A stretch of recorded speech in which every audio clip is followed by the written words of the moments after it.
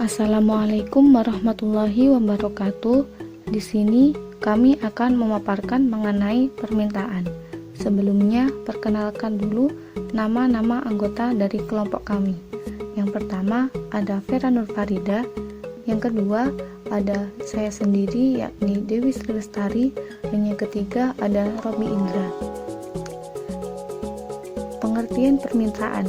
Permintaan adalah jumlah barang atau komoditi yang diminta oleh pembeli untuk memenuhi kebutuhan masyarakat sosial dalam suatu pasar ekonomi. Hukum permintaan. Hukum permintaan adalah makin tinggi harga suatu barang, maka semakin sedikit jumlah barang yang diminta, dan sebaliknya, makin rendah harga suatu barang, maka semakin banyak jumlah barang yang diminta. Adanya kenaikan permintaan menyebabkan kenaikan harga pada harga ekuilibrium maupun kuantitas ekuilibrium. Penurunan permintaan akan menyebabkan penurunan harga ekuilibrium maupun kuantitas ekuilibrium. Kurva permintaan. Kurva permintaan adalah suatu kurva yang menggambarkan sifat hubungan antara harga suatu barang dan jumlah barang tersebut yang diminta oleh para pembeli. Kurva permintaan dibuat berdasarkan data real di masyarakat tentang jumlah permintaan suatu barang pada berbagai tingkat harga yang disajikan dalam bentuk tabel.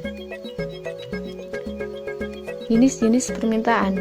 Secara garis besar, permintaan dapat dibedakan menjadi dua jenis, yakni permintaan berdasarkan daya beli dan jumlah pelaku transaksi. Yang pertama, permintaan berdasarkan daya beli. Jenis permintaan berdasarkan daya beli terdiri dari tiga, yaitu yang pertama, permintaan efektif. Permintaan efektif adalah jenis permintaan atas barang atau jasa yang disertai dengan daya beli konsumen. Situasi yang timbul dalam jenis permintaan ini, konsumen membutuhkan barang atau jasa dan memiliki daya beli atau kemampuan finansial untuk membayar harga barang atau jasa tersebut. Yang kedua, permintaan absolut. Permintaan absolut adalah jenis permintaan atas barang atau jasa yang tidak disertai dengan daya beli konsumen. Artinya, meskipun butuh tetapi konsumen tidak memiliki kemampuan finansial untuk membeli atau membayar harga dari barang yang dibutuhkan atau diinginkan. Yang ketiga, permintaan potensial. Permintaan potensial adalah jenis permintaan atas barang atau jasa yang disertai dengan daya beli konsumen. Tetapi, di sisi lain, konsumen masih mempertimbangkan untuk membeli barang atau jasa tersebut atau tidak. Kedua, permintaan berdasarkan jumlah pelaku transaksi. Ditinjau dari jumlah pelaku transaksi, jenis permintaan dibedakan menjadi dua, yaitu yang pertama, permintaan individu. Permintaan individu adalah jenis permintaan terhadap barang atau jasa yang dibutuhkan seseorang guna memenuhi kebutuhan hidupnya sehari-hari. Yang kedua, permintaan kelompok. Disebut juga permintaan kolektif atau permintaan pasar. Adalah jenis permintaan terhadap barang atas jasa yang dibutuhkan oleh sekelompok orang atau masyarakat secara bersamaan. Faktor-faktor yang mempengaruhi permintaan yaitu 1. Perilaku konsumen atau selera konsumen. Contohnya, saat ini handphone atau beberapa merek handphone yang sedang tren dan banyak dibeli, tetapi beberapa tahun mendatang mungkin beberapa handphone yang tren tersebut sudah dianggap kuno. 2. Ketersediaan dan harga barang sejenis pengganti dan pelengkap.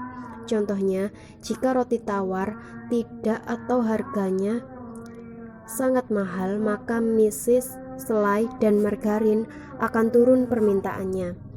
3. Pendapatan atau penghasilan konsumen. Contohnya, orang yang punya gaji dan tunjangan besar, dia dapat membeli banyak barang yang dia inginkan.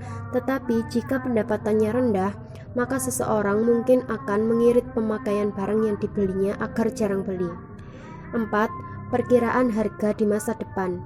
Contohnya, barang yang harganya diperkirakan atau akan naik, maka orang akan menimbun atau membeli ketika harganya masih rendah, misalnya seperti BBM atau bensin. Mungkin sekarang seperti masker. 5. Banyaknya atau intensitas kebutuhan konsumen. Contohnya, ketika flu burung atau flu babi sedang menggila, produk masker pelindung akan sangat laris, apalagi saat pandemi seperti ini. Pada bulan puasa Ramadan, permintaan belewah, timun suri, cincau, sirup, es batu, kurma, dan lain sebagainya akan sangat tinggi dibandingkan bulan lainnya.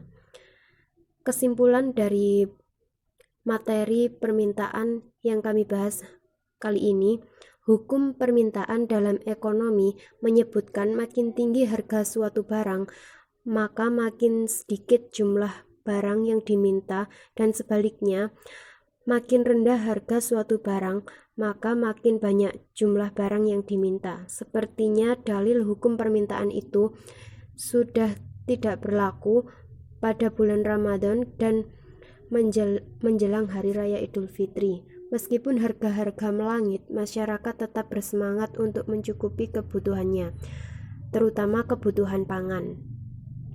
Sekian presentasi dari kami, mohon maaf apabila ada kurangnya.